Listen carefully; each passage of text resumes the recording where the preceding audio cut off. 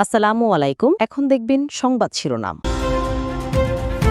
খালেদা জিয়ার শারীরিক অবস্থা সংকটময়, দোয়া মাহফিলে জানালেন মির্জা ফখরুল। বিএফইউজের কাউন্সিলে বললেন নির্বাচনের মাধ্যমে গণতন্ত্রের ফেরার অপেক্ষায় জাতি। দেশ ফ্যাসিবাদ মুক্ত হলেও পুরোপুরি নির্মূল হয়নি। নির্বাচনী গণসমাবেশে জামায়াত আমির বললেন জনগণ যে দলকে বেছে নেবে সমর্থন থাকবে।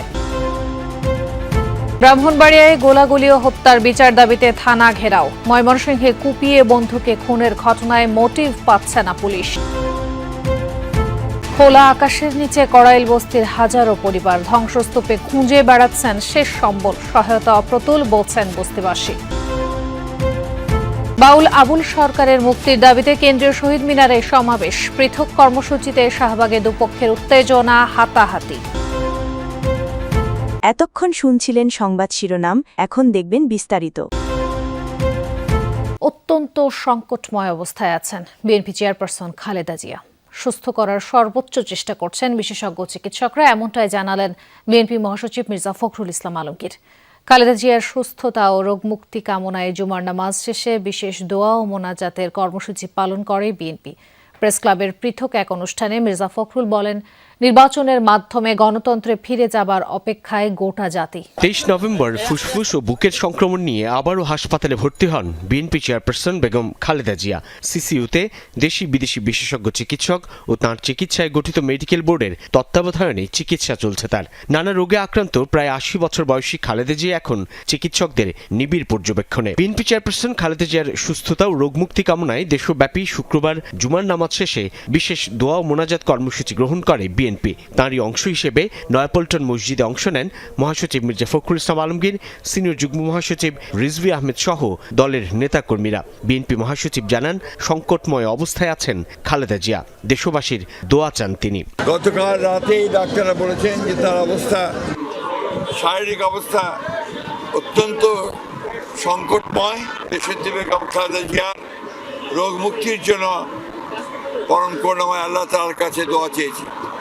আমরা দোয়া চেয়েছি তিনি যেন আল্লাহ যেন তাকে সম্পূর্ণ সুস্থ করে দেন, সুস্থ অবস্থায় আবার জনগণের মাঝে ফিরে এসে তাকে দেশের মানুষের কাজ করার সুযোগ তৈরি করে দেন। এদিকে দুপুরে জাতীয় প্রেস ক্লাবে বাংলাদেশ ফেডারেল সাংবাদিক ইউনিয়ন বিএফইউজে একাংশের দ্বিবার্ষিক সম্মেলনে যোগ দিয়ে মির্জা ফখরুল বলেন, গোটা জাতি নির্বাচনের মধ্য দিয়ে গণতন্ত্রে ফিরে যাবার অপেক্ষায়। সামাজিক যোগাযোগ মাধ্যমে নৈরাজ্য সৃষ্টির নানান চেষ্টা গণতান্ত্রিক যাত্রাকে বাধাগ্রস্ত করছে বলেও জানান বিএনপি মহাসচিব।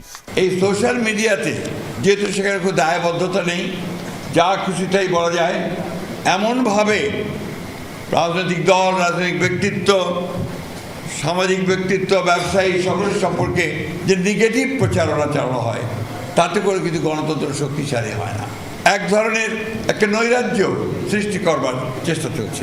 মত প্রকাশের স্বাধীনতা নিশ্চিত করার বিষয়ে দলের অঙ্গীকার পুনর্ব্যক্ত করেন মির্জা ফখরুল।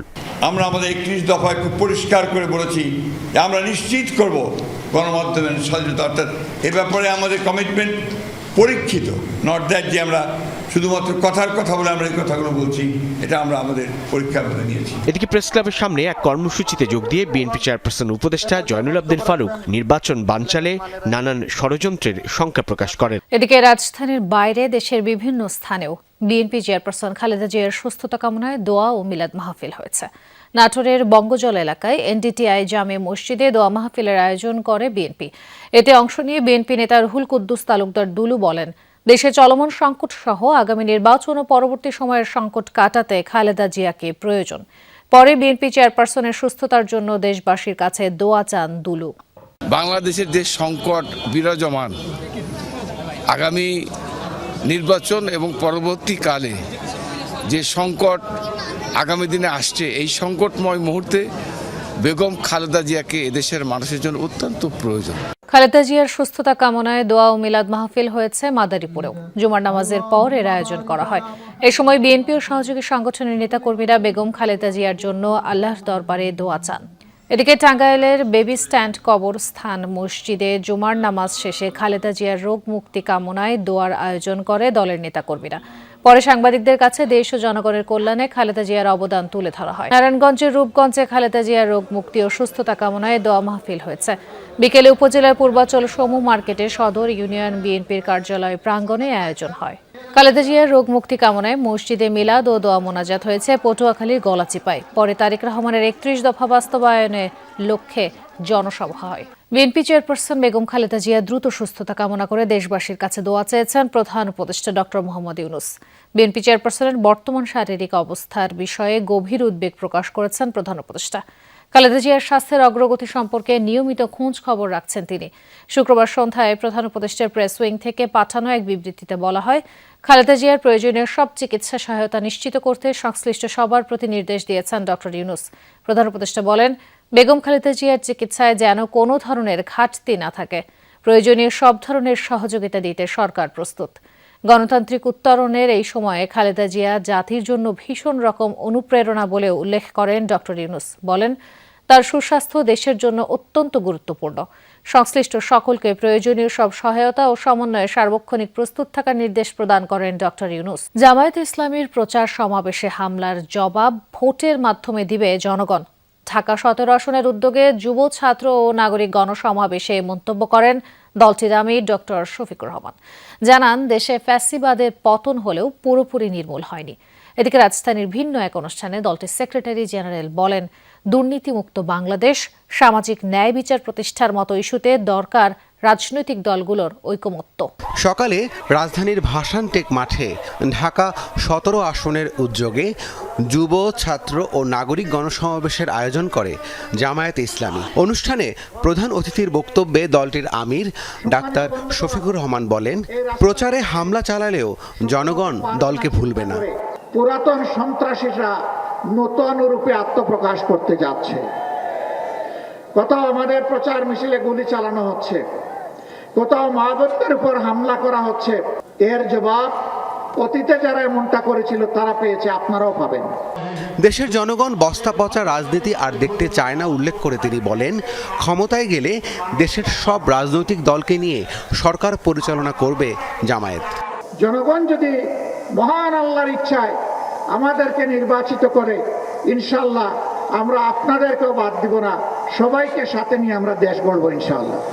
নতুন বাংলাদেশ আর পুরনো ফর্মুলায় চলবে না। আগামীর বাংলাদেশ হবে তারুণ্যের। তাই ফ্যাসিবাদী চিন্তা চেতনার রাজনীতি না করার হুঁশিয়ারি দেন তিনি। এদিকে জাতীয় প্রেসক্লাবে এক অনুষ্ঠানে জামায়াতের সেক্রেটারি জেনারেল মিয়া গোলাম পরওয়ার বলেন, রাজনৈতিক দলগুলোর মধ্যে আদর্শিক ভিন্নতা থাকলেও দুর্নীতিমুক্ত বাংলাদেশ, সামাজিক ন্যায় বিচার প্রতিষ্ঠার মতো কিছু ইস্যুতে ঐক্যমত থাকা প্রয়োজন। বাংলাদেশকে আমরা একটা corruption free country, corruption free একটা ইকোনমি হিসেবে গড়তে চাই।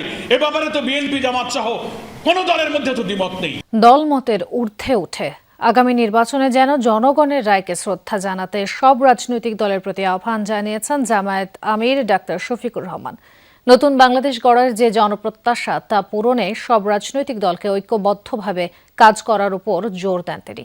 তৃতীয় মেয়াদে আমির নির্বাচিত হয়ে দলটির সহকারী সেক্রেটারি জেনারেল এটিএম মাসুমের কাছে শপথ গ্রহণ করেন ডাক্তার শফিকুর রহমান।